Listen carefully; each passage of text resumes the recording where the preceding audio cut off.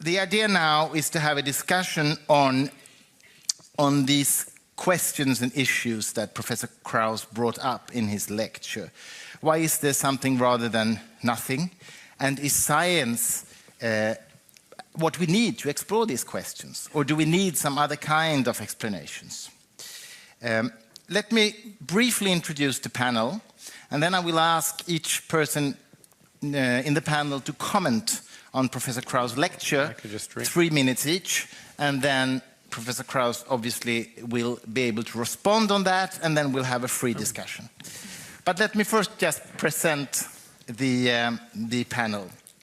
We have Stefan Gustafsson, a theologian, a lecturer at Credo Akademin in Stockholm. He's general secretary at the Swedish Evangelical Alliance and the author of several books about Christianity. And then we have Ulrika Engström, a science journalist and writer. She has recently published a book about the history of astronomy, and she also works for the Swedish television with the program Vetenskapens värld, the world of science. And then we have Professor Krauss, you already met him, and we have Åsa Wikfors, professor of philosophy at the University of Stockholm. She's, among many other things, researching on the relation between mental states and the external world.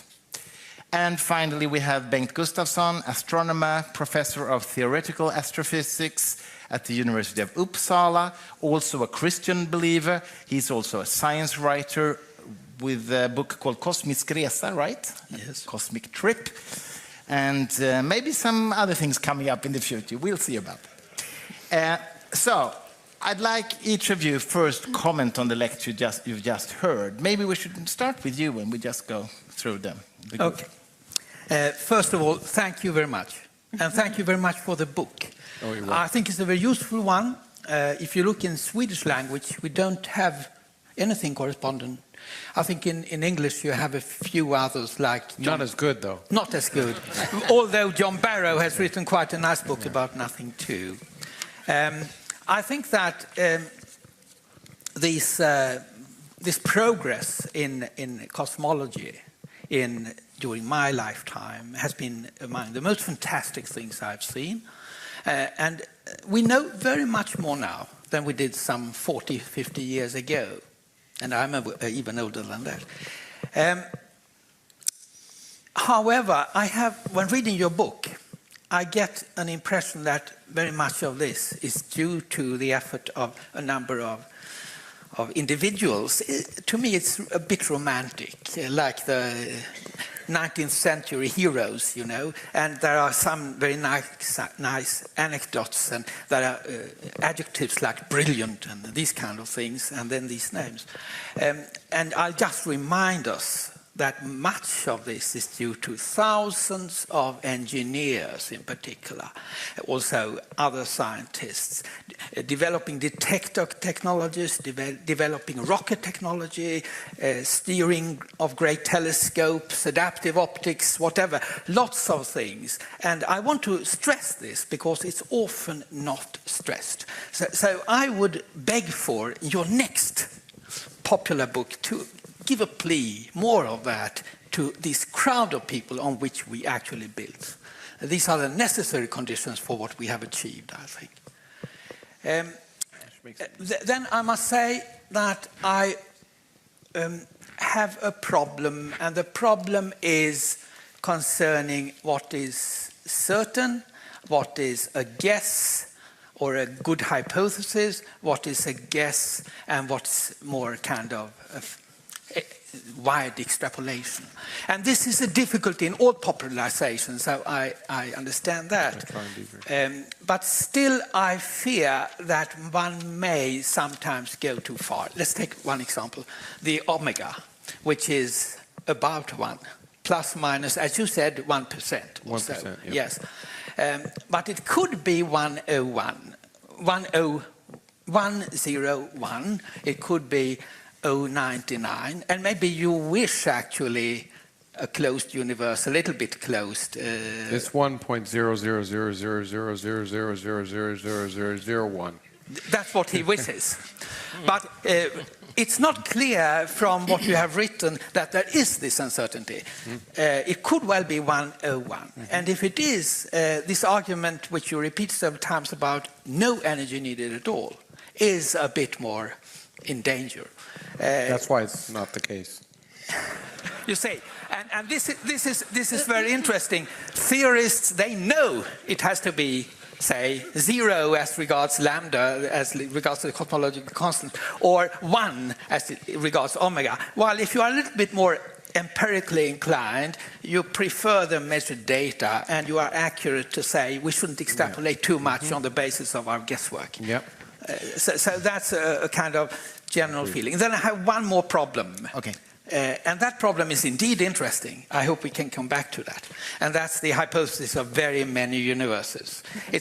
To me, it's a metaphysical hypothesis in order to explain why our universe is as it is and is so special, in a sense, as it is. The problem is we can't see them, and the question is if we have any good ideas how to see them. And if we can't, it's to me, rather, I would say, not only difficult, but kind of spooky idea. Okay, it's true metaphysics. I'll try and address that. Okay. Thank you. We let Professor Krauss answer or respond to all of you in the end. So, so Åsa, please. I'm just taking notes so I can. Yeah. Do you want a bigger paper, maybe? To I have notes? that little piece of paper. Okay, that's enough. Okay. I get it. Åsa, please. Thank you. Yes. So the philosophers have been giving you a hard time, I hear. Yeah. Only the bad ones. Only the bad ones. So let's see. Who shall I be today? Exactly. I'll be a good philosopher. Good. Thank you. All right. Well, let me try this then, because it's interesting, I think, that the philosophers all have this reaction. And you know what the reaction is. So the reaction among philosophers, there's been some reviews and there's been a discussion, is that this is really false advertisement, because he's not at all answering the question, why is there something rather than nothing? He's answering the question, why is there something, giving very little stuff, very few assumptions. Why is this universe here? Which is a very, very interesting question, the philosophers will say, but it's not the question we wanted answered. And so in the book, actually, I think some philosophers haven't really paid attention, because in the book there are 3 steps. Which was clear from the lecture here.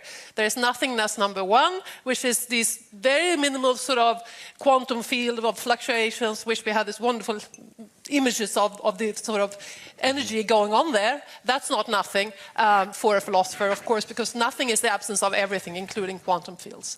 But then you have step 2, which is the idea that you can create it from, even without those assumptions you can create space, and maybe even time. Assuming the theory of everything, however that's going to look, and that you have a quantum theory of gravity, and you say, we don't have that yet, but if we have that, we could maybe get this. And then philosophers have said, well, that's not nothing either, because you need the laws of physics, and you need, why is that particular theory that gets you this story true at all?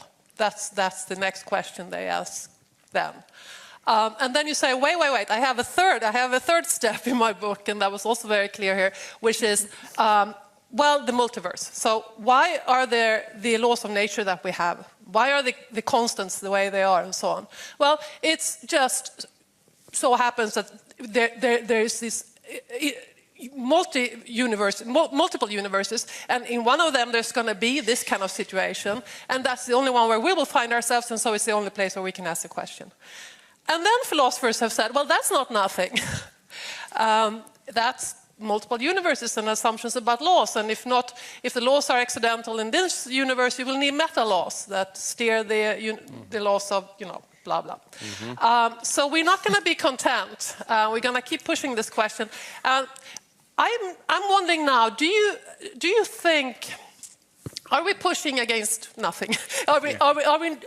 Is it a pseudo question? Some people will say this. Well, look, it's just a brute fact. At some point, there's going to be a brute fact. It's going to be eternal universe, eternal Urmatter, or what have you. Is that what we have to say, or should we even say something stronger? This is all nonsense. We can't even think about nothing. Thinking requires thinking about something. We can't even formulate these questions. Parmenides had that idea. That is, you can't even So is the philosopher up against a wall, or is the philosopher, in fact, thinking about a very deep question, which is perfectly legitimate, but it's not one science will ever answer or even care to answer? That's my question. Okay, good. Okay. Ulrika, what's your comments? Well, you said some of it. It is because of this, the argument that we are living in this universe because we wouldn't be able to see another universe. So it's just by chance and lucky we are here. But that's the same, say, not asking about what I'm coming from, because it's just a lucky accident that Ulrika Engström was born once a time. And then you can go further and think, why should Newton ask about gravitation? Because he can understand and see it, but continue to ask questions about what's behind it. So it's like stopping and don't stop asking questions, and that's too easy, I think, to do that, because then we wouldn't have any science at all. So why stopping there? It's almost like a religious way of thinking, because you say, otherwise you can say, okay, we can't know anything more, we say there is a God, or we can't say anything more because then we shouldn't be here to watch it if it wasn't like this, and then we are final with that question. So that's my major thought about it. Okay, Stefan. Welcome to Sweden. Thank you. Professor Krauss, and thank you for a very stimulating lecture. I have actually three questions that I look forward to discuss. The definition of nothing, the definition of knowledge, and how to build a human culture. So first the question, what is the definition of nothing? I've read your book, A Universe from Nothing, with great interest, but I've not found the nothing that is promised in the title. Instead, it seems to me that Professor Krauss in the book is redefining nothing to always mean something. In the book, nothing has properties and is described as unstable. So it's always something. And this something becomes increasingly immaterial through the book. That is true. As if this gradual move towards the immaterial justifies the conclusion that literal nothingness is the cause of the cosmos. I got a feeling that it's like arguing that since it's possible to live by less and less food each day, it must be possible to live on no food. But I don't think that conclusion is sound. So I agree. I have a similar question as Åsa. We need to define nothingness. Secondly, the view of knowledge. If I have understood Professor Krauss right, he claims that the only knowledge we have of the world is empirical knowledge. And he is, for example, denying the self-evident principle out of nothing, nothing comes because, quote, it has no foundation in science. Now, that is true, it does not have a foundation in science, but none of the laws of logic has a foundation in science. Instead, science must presuppose those laws of logic. So it's somewhat a surprise for me to see that Professor Krauss holds on to the principles of logical positivism, it seems to me, which says that we should only believe that which can be scientifically proven, which is a self-refuting position, since the principle itself cannot be verified by science. So this is the second question. Don't we need a broader view of knowledge? And thirdly, just short, how to build a human culture. The tagline for tonight's discussion in the ad was, and we heard it here from the stage, we are more insignificant than we could ever had imagined. Now, I totally agree with Professor Krauss that truth is, of course, the goal, whatever we feel about that truth. But still, I couldn't resist reflecting on this gospel of the new atheists, to whom Professor Krauss belongs. For 2,000 years, the Christian gospel has formed our culture, saying to every new generation, you are much more significant than you could ever had imagined. My question is, what will happen with a culture that for 2,000 years will say to each new generation, you are more insignificant than you could ever had imagined? That was my three questions. That's the greatest gift we can give to people. So, Professor Krauss. Wow, okay. Okay, I'm going to try and go through these things in order, and it'll be good to end with yours, because by then I'll be very rude.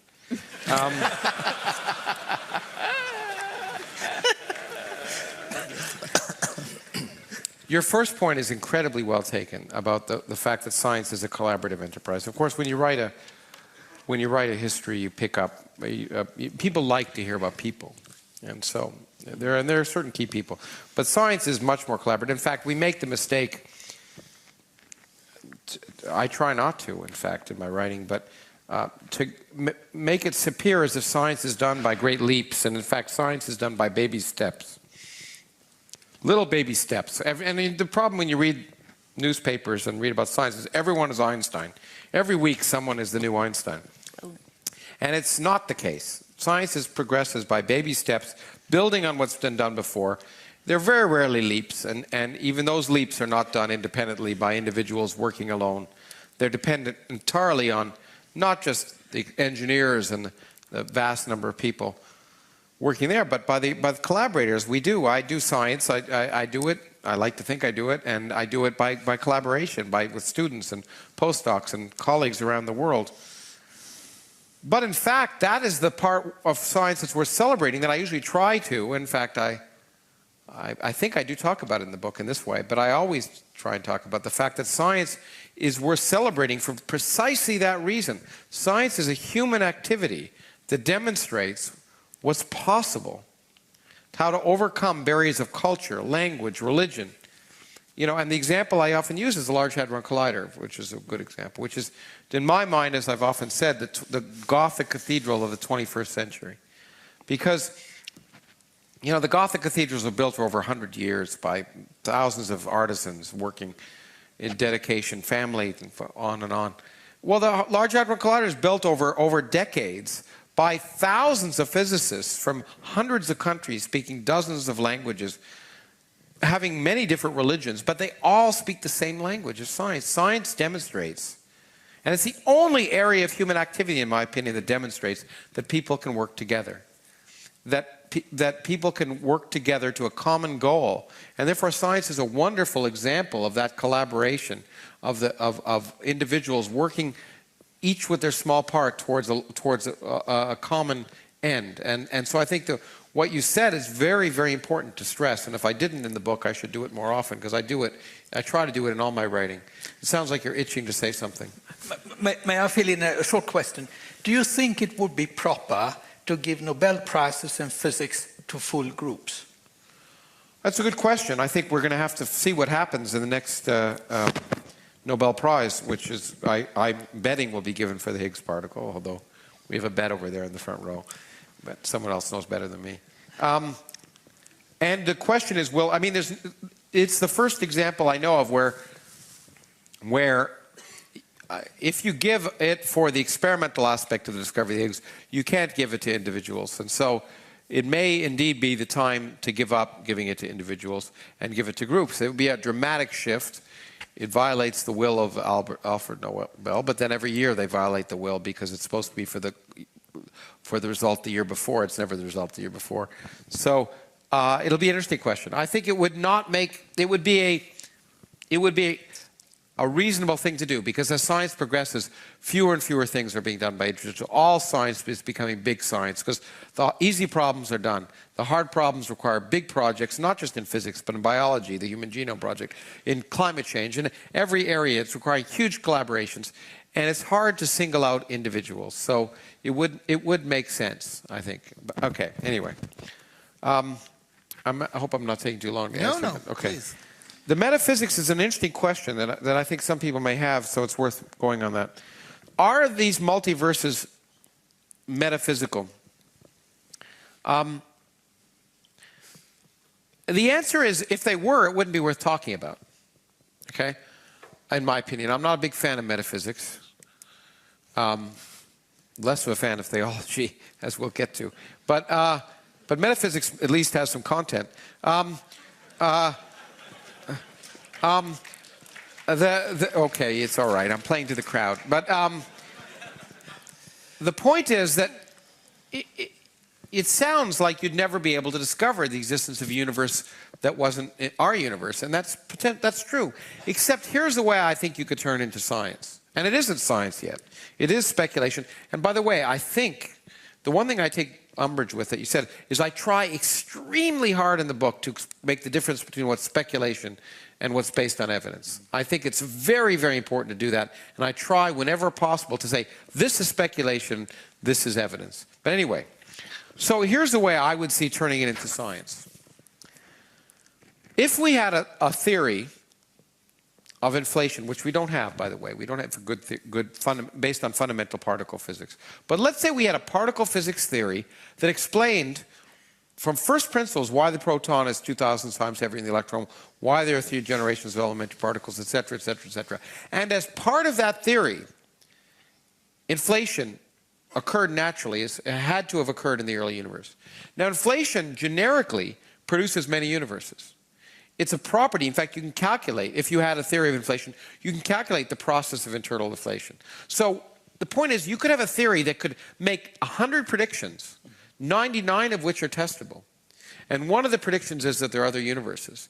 And you might say, look, if it walks like a duck and quacks like a duck, it's a duck. So that I can test so many aspects of the theory that those aspects I can't test, I really think are reasonable. So that's a way I think it could stop being metaphysics. Much like, for example, the existence of atoms was accepted long before we had electron microscopes and to be able to see them. There were so many independent predictions of the atomic theory that were vindicated by experiment that you accepted that aspect, even though you couldn't see them. So I think and that's an important direction. If we can't go in that direction, then it will just be talk. And I agree with you, it'll just be talk.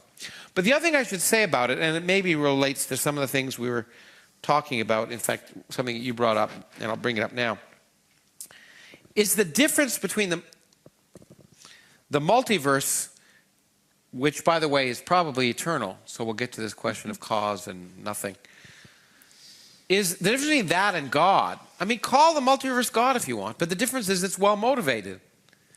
Well, God is just giving me a say, I don't understand, it's God. I want to stop thinking it's God.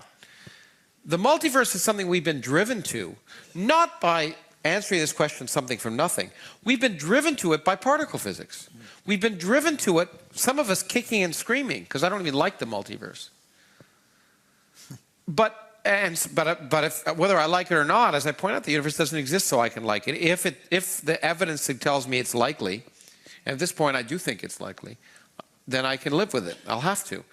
And so it's well motivated for reasons completely different than explaining the origin of our universe and providing a context to answer this ridiculous question that the philosophers asked.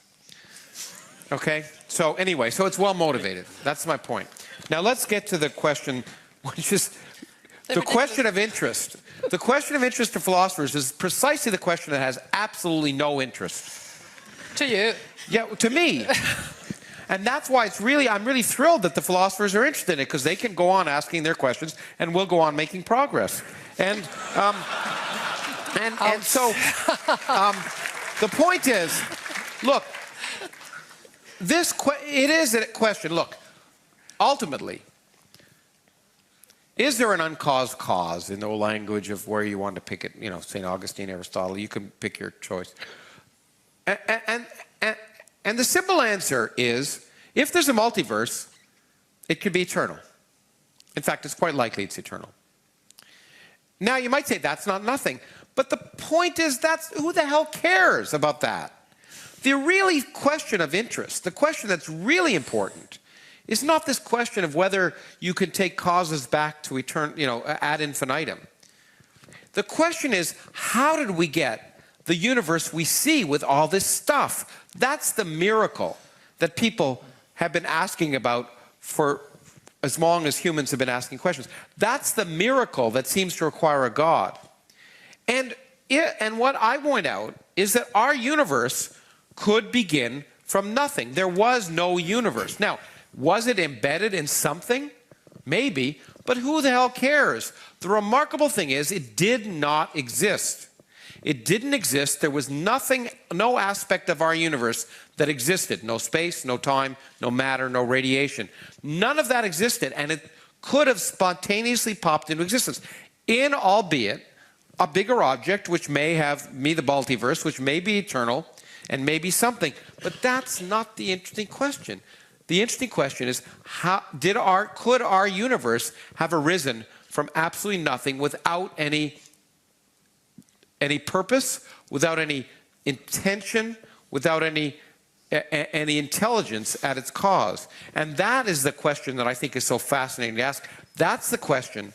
And it's really the question, again, I repeat, is not why, but how. How could a universe big enough to house us and 400 billion galaxies arise when there was no universe? And that's the question I try and answer. That may not be the question of interest to philosophers, but I point out that I don't give a damn. that question is not of interest to me. The question is, how did our universe come into being? And can one understand by physical effects what the processes might be? I will agree, and I even say in the book, carefully, that this fundamental question of cause and is there an uncaused cause is left open and not addressed by physics, and the multiverse may address it in a real way if it's eternal. And as I say, in a much more well-motivated way than God. But it is a question of interest to philosophers, I agree, but it's not the question that the physicists want to answer. And you know, and it really is nothing. I take umbrage at this notion. When each of those electrons emits a photon that shines on your beautiful face, not mine, that photon didn't exist. It wasn't there. It wasn't hiding in the electron. It wasn't hiding in the atom. It was spontaneously created. And people don't have any problem with that. That photon was created from nothing. It didn't exist before it was created. What I try and show is that that can be true for our whole universe. And moreover, if you ask what would be the properties of a universe which was so created, it would have the properties of the universe we see. That's all I say. And in fact, I don't even answer the question. I just say it's plausible. So let me say, that question that's of interest to you is not the question of interest to me. To get to the final thing. Yeah, that's what I... Yeah. So your question of, in some sense, luckiness is what I tried to say. The multiverse isn't invented to make us lucky. It was invented, it was developed because we're driven to it by our theories of inflation, and I think in a less motivated sense by string theory. But inflation automatically predicts a multiverse, and you can't help but have many universes. But that wasn't my question, was it? No. Well, I mean, you know, if it is luck, it may be luck, and that's just the way it goes. But it's a way not have to ask more questions because we can't. That's the great thing about science, is every answer begs more questions. That's why it doesn't end. But I think it is a question that not goes the way to ask more questions, because it's like being satisfied with, okay, it is like it is. No, it's not satisfied. That's the point. Okay, I remember here. The point is that we don't invent it and say we stop asking questions. We want to say, what is the theory that predicts if there is a multiverse, and what's the probability distribution of universes, and can we test these ideas? And if we can't, then we call it impotent. So we really want to try and understand the theory that makes predictions. We can't make them yet. We're nowhere near doing it. But if we can't, then it's, I agree with you, it's complete mental masturbation. But as like, where is the fundamental constants coming from? Why are they like they are? Well, and as I say... That's a question we must be able to... But we might be able to... Here's something we might be able to do. Okay, first of all, there might be a fundamental theory. I'm not giving up. I still work on it. Okay, hold on. I want to get to the... Before we really get to mental masturbation, I want to get to that. Sorry, but I can't help it.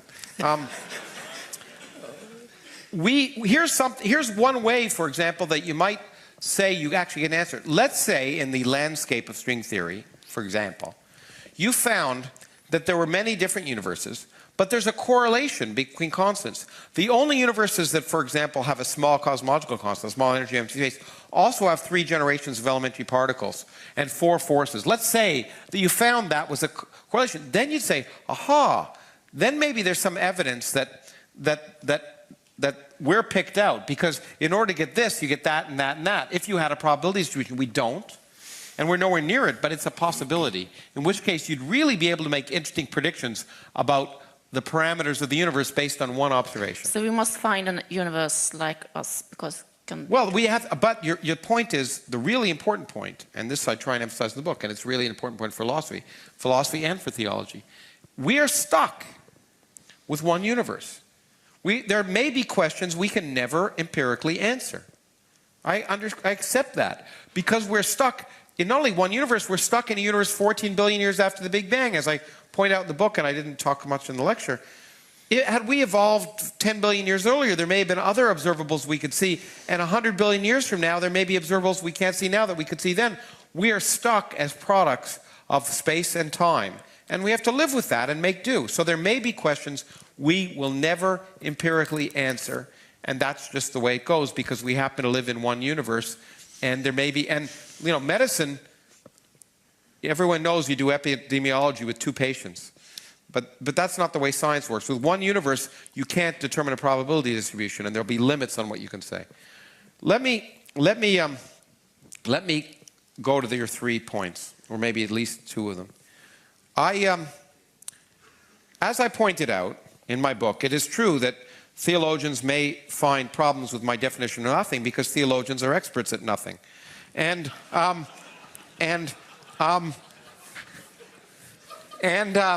I believe you didn't find nothing because you weren't looking for it. The theological definition of nothing, in my opinion, no matter what I write, because I've been doing this for years, and before I wrote, is nothing is that from which only God can create something. That's the theological definition of nothing. And any nothing I come up with won't satisfy them, because it could be created without a God.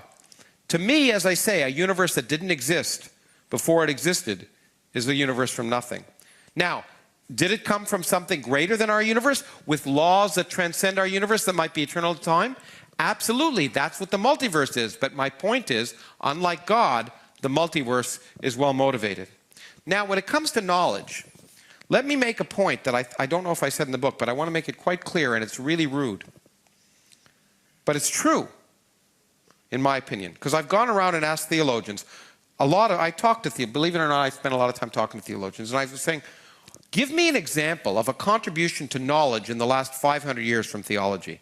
Because I make the claim that theology, which I don't think should be a discipline in universities, has made no contribution to knowledge in at least the last 500 years. So I say, give me an example. And every theologian that I've ever asked has given me the same answer. What do you mean by knowledge? Now, that's an interesting answer. Because if I asked a physicist or a biologist or a psychologist or a historian or an economist, they wouldn't say that. They'd say here, here, here. So the bottom line is, I just don't think knowledge, the only knowledge that matters is the knowledge that comes to us from the universe. And the knowledge that we create in our own brain is usually wrong, which is why all the knowledge from organized religion is always, the doctrines of all organized religions are in contradiction to what we observe in the universe. And as I said earlier today on I forget what program I was on, most people who call themselves religious, including the people in this room who are religious who I've already offended, if they call themselves a Catholic, they don't really believe that when a priest holds a wafer, it turns into the body of Christ. Come on, they don't really believe that. They don't really believe that Jonah was swallowed by a whale and lived. They throw out the crap they don't believe because it's nonsense. And they what they want to believe, they believe in believing. So people call themselves Catholic or Christian or Jewish or Muslim because what they do is they throw out the things they don't like and they keep the things they like. That's because they want to believe. We're hardwired to believe in a divine being, I think, for many good evolutionary reasons. The last thing is culture. Science can provide a culture which is far healthier than the culture that's been provided by theology, because it is based on reality. And it, in fact, involves morals which are laudable, unlike the morals of all the world's religions, which are despicable. If you read the Gospels, they are, in my mind, not worth living for. And as my friend Christopher Hitchens would have said, I would rather, as he would have said, he's not an atheist, he's an anti-theist. he would not say with absolute certainty that there is no God, but what he would say with absolute certainty is he wouldn't want to live in a universe with one. Who would want to be a sheep with a cosmic Saddam Hussein? Who doesn't condemn you just for your lifetime, but condemns you for all of eternity for the temerity of not believing in him? I would not want to live in such a universe. Well, here was a lot of red herrings, which has nothing to do. Of course I would. You are just distracting from the issues we are discussing. So I do not have a theological definition of nothing, but a philosophical. And I think it's really, what is your definition I think of it's nothing? really annoying that you are dismissing philosophy as a discipline. At the same time, your own presentation is loaded with philosophical assumptions. Okay, look, and you dismiss metaphysics, and then you speculate about multiverses, which from the beginning is speculation, and then suddenly becomes probable, and then becomes likely. No, you're right. Your point is, you make an interesting point. Let me just respond. Your point is well taken. I do dismiss certain aspects of philosophy.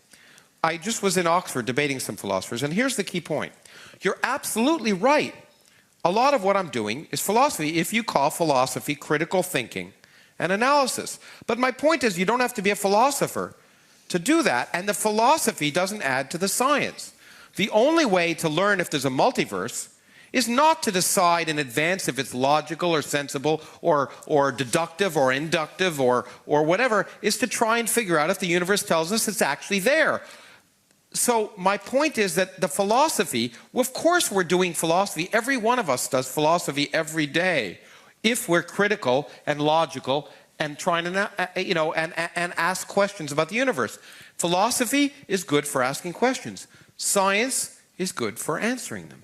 Åsa? Yes, thank you. So you wanted to say. Well, I was trying to be nice and a good philosopher, but first of all, of course, I have to make a comment about knowledge, because, of course, the foundation of your science is mathematics, and that does not come from the universe. That's a priori. You rely on a bunch of a priori reasoning throughout your science, be it metaphysics or not, but there's certainly mathematics, and there's logic, and there's all that. Now, why some a priori reasoning should be cut out a priori, as it were, from your worldview, I don't get at all. It's a character flaw. And it's of course, I'm not surprised to hear that the question that interests you is the scientific question. It should be. You're a scientist. Yeah. The question that interests me is the philosophical question. I think that's all good and well, as long as we have many questions, and they may not be the same question, and that's fine too. Maybe you propose, which I think you do in the book, you propose that we redefine the question why there is something rather than nothing, and that's fine. I think it's an extremely interesting story. Do you agree with me about the fact that why is a bad, that why doesn't... No, I think there's a causal why. I think there's no implication it applies of purpose. No, the minute you ask why, it applies purpose. No. You really mean how if you're being causal. Well, you really say, whenever you say why, you really mean how. Why can be construed causally, that's fine. I don't What do you mean why if it's not how? Why did the window break? Well, you're asking how the window breaks. You're not assuming there's some purpose in the window breaking. No, of course not, but why does not imply purpose? Anyhow, I think there are all sorts of legitimate questions to ask here, and to rule out the philosophical ones a priori, the way you're doing, that seems to me very dogmatic. I think what you're assuming is when I'm... applaud. Okay. Thank you. I'm not ruling them out. I'm just saying they don't interest scientists. Of course not. And they're irrelevant for learning about the world. Sure. The point is that philosophy has been a very useful discipline in asking sets of questions. And what inevitably happens is that science, the domain of philosophy, shrinks. Right now, one key area of philosophy that I think is interesting is moral philosophy, for example. But the reason it's interesting, in my opinion, is that we don't yet have a complete theory of mind. If we did, I would argue that moral philosophy would once again become subsumed in neurophysiology. But I think the philosophical question that you're asking is unanswerable, and that's why philosophy, that kind of question in philosophy, doesn't make progress. There's a lot of philosophy which says, let me interpret the results of science. Let me interpret the results of quantum mechanics. Let me try and understand what it means for humans, or let me put it in a logical context. Those kinds of philosophy I think are very useful. But what I take umbrage with is the philosophers telling scientists that you won't understand what you're doing unless you ask philosophical questions. Because empirically, it's just not true. No scientists read philosophy. No scientists read the philosophy of science, and they get along fine. And so it may be pedestrian, it may be parochial, it may be small-minded, but it's somehow explaining the universe. But maybe it's there for you, physicists miss the big question, because there is a big problem in cosmology right now, and maybe it's because, or do you agree that the cosmology or our worldview has a big problem to... Well, there's a lot we don't understand, if that's what you mean. I mean, I don't know if that is a big problem. I mean, to try to quantum physics with gravitation, for example, there's a huge question we don't know, not even near to answer. That's what makes it exciting. But maybe that's one reason for that. Maybe it's because you miss some kind of questions. Could that be?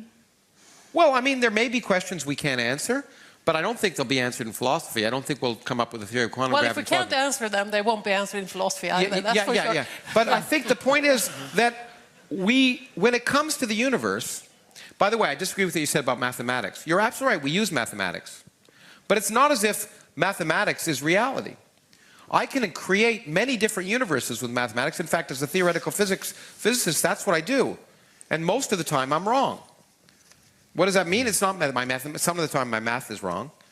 But most of the time, what I'm saying is that I can create an infinite number of mathematical universes, but that doesn't determine reality. What determines reality is going out and finding out which one we live in. Sure, so it's not the math, it's the experiment. And you need the proper math to do the calculations for the universes. To compare it with, but it's the experiment that determines it. And I do agree with you, I am limited. If you can't empirically measure it, it isn't knowledge, in my opinion. But that is a very problematic view. I think it's your whole approach here that scientists is not studying philosophy or philosophy of science is deeply problematic. Your view of knowledge has been discredited decades ago amongst epistemologists because it's incoherent. The universe. It's incoherent because you have to assume a lot of things that you cannot prove by science. So why have an incoherent epistemology? Well, look, first of all, most scientists can't spell philosophy. No, and that's a problem. And so none of them read it. How can you revel in that? That's a problem. So I agree, we're all ignorant philosophically. But my point is... And proud of it? Well, some of us are proud of it, but actually I have actually read philosophy, so I just put on that hat. But the first book that got me interested in physics was a book by Sir James Jeans called Physics and Philosophy, actually. But the point is, I'm an empiricist, so my empirical proof that philosophy is irrelevant is no scientists know anything about philosophy, but look what's happened. In spite of the fact that we don't know anything about philosophy, or at least we don't read philosophy, we've been able to discover all these things about the universe, create vaccines, figure out the evolution of life. So somehow, the ignorance of philosophy hasn't gotten in the way. For that, let Bengt say something. Bengt. I'm trying to be provocative in case it's not clear. You're doing well. Yeah. It's late at night. I'm trying to keep awake. Well, I have a couple of questions related to this. First of all, I would like to state that I have personally a high regard of philosophy, although I also think that science has the right and even the obligation to transgress the philosophical ideas which are currently around. And science have often progressed by really questioning basic philosophical principles. That's fine with me. But then I'm curious about your view on mathematics, because certainly mathematics is a tool, and certainly this tool often predicts unreasonable universes, you would phrase it, if you just use it without any empirical basis. But it's also interesting, as you know, that mathematics is able to make quite interesting predictions of phenomena that we didn't even think of before. You know, this famous essay by Eugene Wigner on the unreasonable effectiveness of mathematics. Yeah. So what is mathematics? Well, you know, I actually wrote a whole book with that in mind, about extra dimensions, because it is a fascinating question. Humans are hardwired to like certain things, including extra dimensions. The question is, what is a product of our minds and what's a product of the universe? And is mathematics a product of our minds, or is it a product of the universe? It's a fascinating question. Philosophical question. It's a fascinating philosophical question, I agree. Oh. And asking the question is very interesting, but it doesn't... so it's an interesting philosophical question. I think you're presuming that I'm not suggesting that there aren't interesting philosophical questions. There are. But to presume that those philosophical questions are interesting scientific questions is incorrect. All I'm saying is the interesting philosophical questions nowadays are not, at least in the case of the physical sciences, not interesting scientific questions. So that's fine. There's nothing wrong with that. But I just want to point that out, because there are some philosophers who think that they are. But this question of, is mathematics intrinsic to the universe, or is it a creation of our minds, is an interesting question. I think the point is that we have to, but what it is, though, is an empirical discovery. We've discovered empirically, not from logic, but empirically, that this language works. So the discovery that mathematics works is an empirical discovery. And the discovery that it's a language of nature tells us that it is somehow extrinsic to us, that at least the relationships that have been invented in our minds model well the way the universe works. But that's an empirical discovery. But I think the really important thing to realize is that it is that empirical aspect that's important. And I close one of my books with a statement by Hermann Weyl, who's a mathematical physicist. And it proved he was more a mathematician than a physicist, because he said, as you know his famous quote, he said, "In my work I'm often forced to choose between the true and the beautiful. And whenever I'm forced to choose, I always choose the beautiful." And that's why he was a mathematician. Because as a physicist, I'm sometimes forced to choose the true, even when it isn't very beautiful. Can I ask you, I think that Stefan had a point which I don't think you really have answered yet, and that is, even with your naturalistic worldview, you have to make certain metaphysical assumptions. What? For example, that there is an external world, not only in your head. For example, that the laws of logic doesn't lead to contradictions. Well, they do lead to contradictions. So that's my point, is we can't rely on logic. We can't rely on classical logic. We have to check to see if it works. For example, quantum mechanics tells us that classical logic doesn't work. And in fact, the question of the cause and effect goes out the window if time goes away. But what I mean is that if time began when the universe began, in what sense can you ask about a cause when time did not exist? So we have to redefine those very notions, and that's okay. That's what learning is.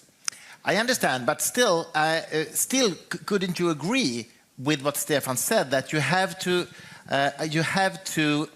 do certain assumptions which are not testable within science, I think I can do science? No, I find myself defending Stefan's position here, which is in some vague way. Not usual. Thank you very much. No, but in some vague way, but I think in a kind of facile way. Because, you know, it's true. I can't prove there's an external reality. I can't prove we were here 3 seconds ago. I can't prove we weren't all created a half a second ago with the memories of my obnoxious remarks. Okay? And so I can't prove that. So I can't prove that. But my point is, you can argue that that's possible, but then I just say stop, then give up.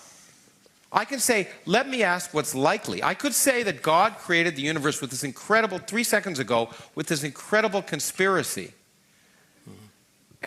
And I could say that's possible, but then what's the point? I can say, let me act as if that's not the case, ask questions as if that's not the case, and try and probe the universe. And for example, as we were talking about today, I think I was talking to you, I was also talking to another journalist. It could be that Stockholm is an invention of my mind. But I find that highly unlikely, and that's all science can tell us. Science can't tell us what's true or what's false. It can tell us what's likely and unlikely. It's highly unlikely that there's a God. It's highly unlikely that Stockholm is an invention of my imagination, because I don't think my imagination is that good.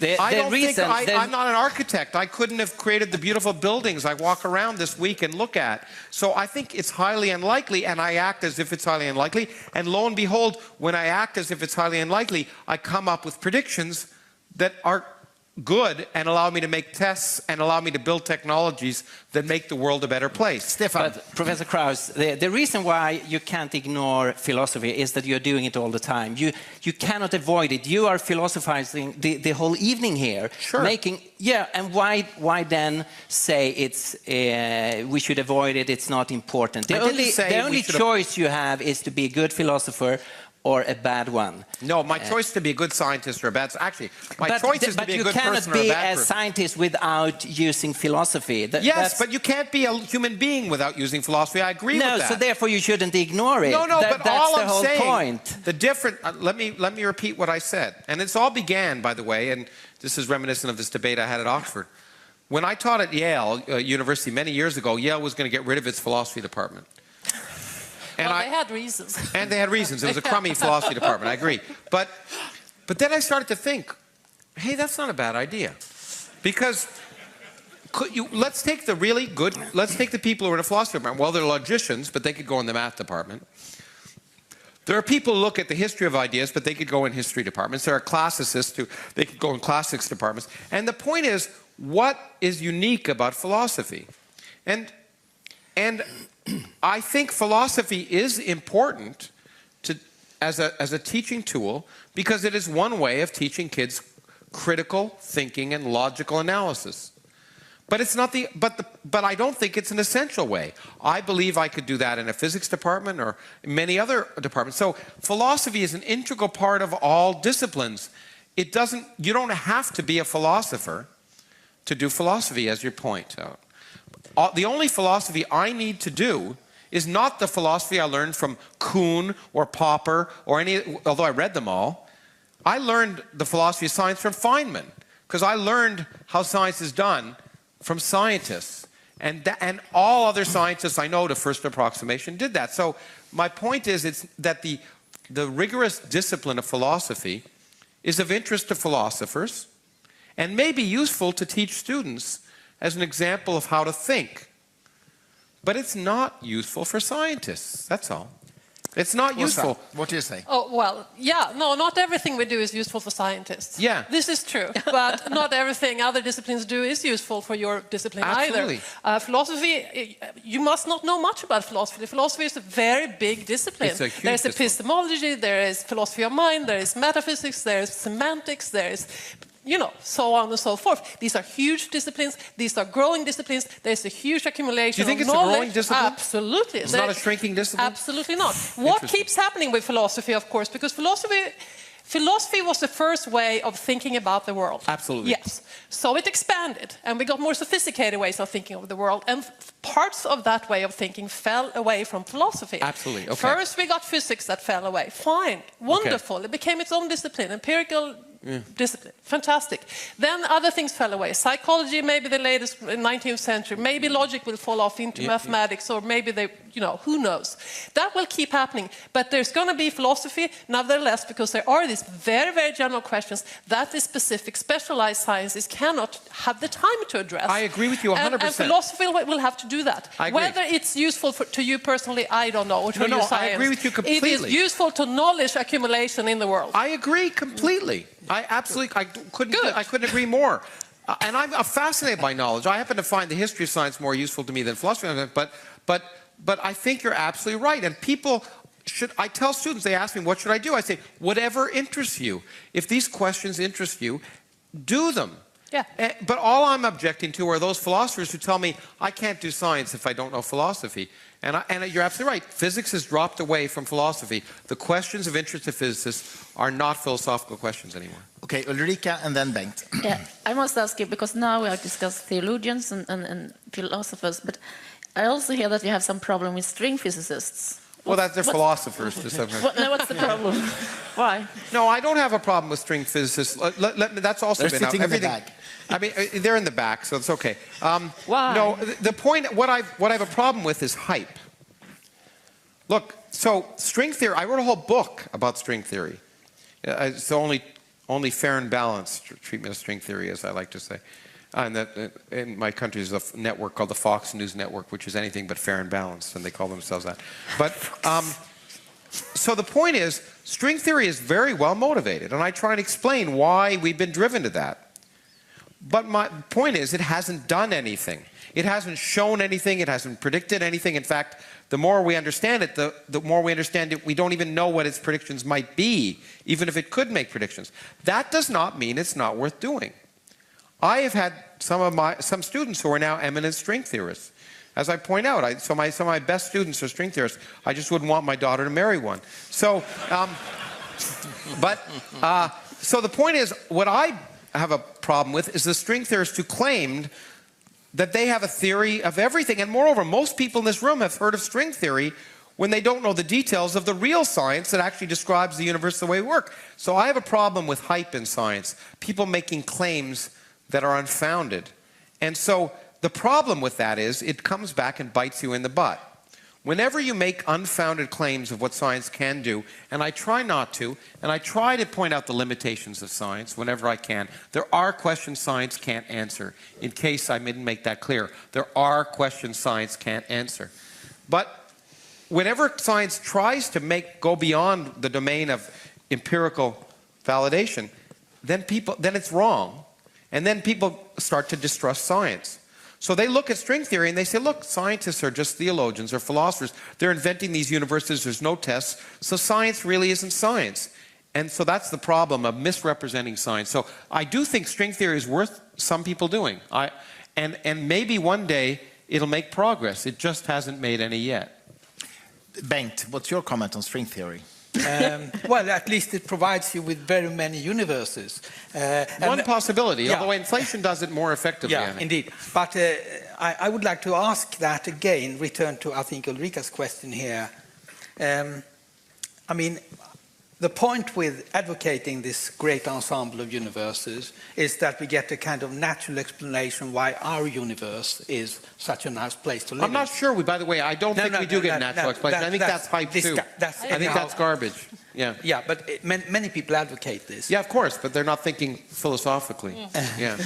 But maybe then you have answered my question. My question is, if you start advocating that kind of explanation for why our world is as it is, to me it seems like the old Kipling just so stories, you know. Yeah, yeah, no. You find an explanation for everything related to our existence, and it's in a sense a rather shallow explanation compared to the level of... Well, it's not even an explanation. The point is, people claim it's an explanation. It's not. Yeah. It's based on ignorance. Because if you had an explanation, you wouldn't need the anthropic principle. Exactly. And the other thing that's worth pointing out is it's been applied many times in the last century to things we didn't understand, and it's always been wrong, because we've always understood that. That doesn't mean, by the way, that it might not be true. Yeah. But it is really important to point out that this claim, which I didn't make, I said it may be that the energy of empty space is the way it is so we could be here. However, you can show that lies on tons of assumptions, none of which have any empirical validity. So that you can actually show under a different set of assumptions that the energy of empty space should be something quite different. We don't know what the variables are, we don't even know the space of variables, much less the probability distribution. So we can't do science. Okay. Based on the anthropic principle, and people who claim they do are really overstating the case. Okay, then we agree. But then my follow-up question is, what hope do you have in us understanding nature and the basic concepts, including constants of nature and all this, within the concept of the universe we live in, without advocating these other words? I mean, I live eternally in hope. Yes. That's why I do science. But I think as long as we can, every time we open a new window on the universe, we're surprised.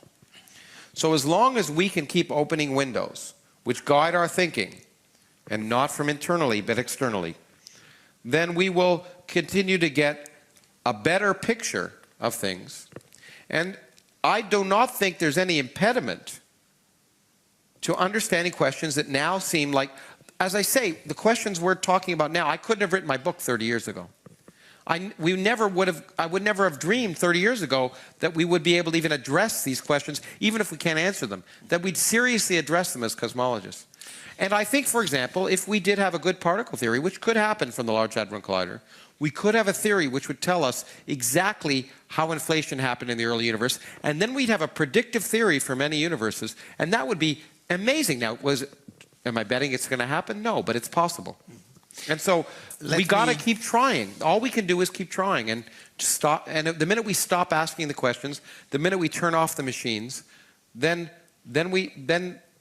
I mean, to me, the value of science is not technology. It's the ideas. It's the very ideas that inspired philosophers and theologians.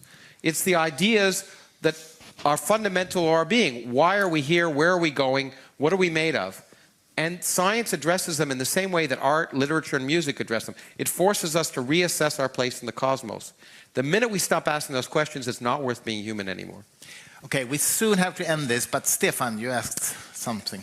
Yeah, I think an open-minded person needs to reflect on both how questions and why questions. And we as human beings, we search for answers for a lot of questions that science cannot give us specific answers to. The underlying worldview that you have seems to me to give very bleak answers to the human situation. You know, we are very insignificant and our future is miserable. I saw on the Fri Tanke website there was a video on your dialogue with Richard Dawkins recently. There's a new movie coming out. Watch it for theaters. And it ended with a question from the audience, someone asking, do you believe in free will? And of course, coherently, from your worldview, both Richard Dawkins and you said, no, we don't. And that's another area where I have a lot of problems with. Well, you didn't hear my whole answer then. The worldview that's behind your presentation here, that there is no God. Because then this whole discussion, if my thinking and my arguments are just caused by physical events, and what you are now going to say in your arguments is just determined, why are we sitting here to discuss if we don't have freedom? I don't think your worldview is doing justice to the reality of the human situation. Well, that's because I think you're not giving my worldview justice. And here's the point. You're absolutely right. If you look at it one way, it's bleak. Now, what I did say was I don't think there's free will, except the universe acts as if there's free will. I think deterministically I could determine the positions of every particle in this room, what's going to happen, but I'll never know. So the world is so complicated that effectively or operationally, we behave as if we have free will. It's indistinguishable from a world in which there's free will. Yet I know the fundamental equations, which are second-order differential equations, are deterministic. So the underlying equations that govern reality are deterministic, but the effect of the world that behaves as if we have free will. So I do think people take responsibility for their actions. But that is the point. To me, the worldview that I present is far less bleak than the worldview that you present. Because you present a worldview where we're sheep, where the morality is determined by this external, and what's valued is determined by some external I have not had a chance to present my worldview. Okay, you're right. I shouldn't say you. The worldview, in fact, you're actually right. It's presumptuous of me to say. The worldview, because you're not a sensible theologian, and there are some. But the worldview of organized religions is that there is an imposed meaning and purpose that's defined outside ourselves. But I find a purposeless universe to be far more inspiring and far less bleak, because it means the meaning in our lives is the meaning we create. It's not imposed on us by some other entity. It means that we are here. Hold on, let me finish what I'm saying. It's imposed on you. You are determined. No. I told you I effectively act as if there's no free will. But ultimately, you are determined. Ultimately, the laws of physics determine my existence. Yes, but I find myself having a consciousness and an ability to use it, and therefore, the meaning in my life is the meaning I make, and the quality of my life is the quality of my actions. And therefore, I find myself being an insignificant being in a purposeless universe to inspire me to say, look, I'm here for this little bit of time. I should make the most of my existence and make meaning in my life by the meaning of my actions. And I find it far more humble to take that than to assume that the universe is made for me. And that's all.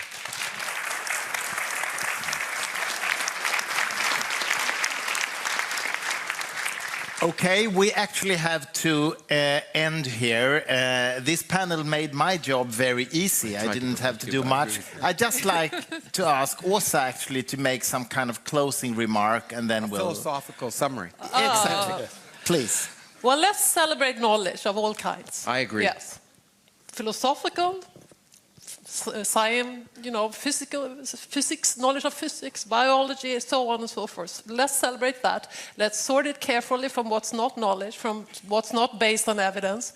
And perhaps when it comes to the question of being, perhaps we have to accept that, as William James, the famous American philosopher, said, we are all beggars there. Maybe that's the bottom line when it comes to that one. I'll buy that. Okay, good. Okay. Thank you very much. Thank you very much. Thank you for coming.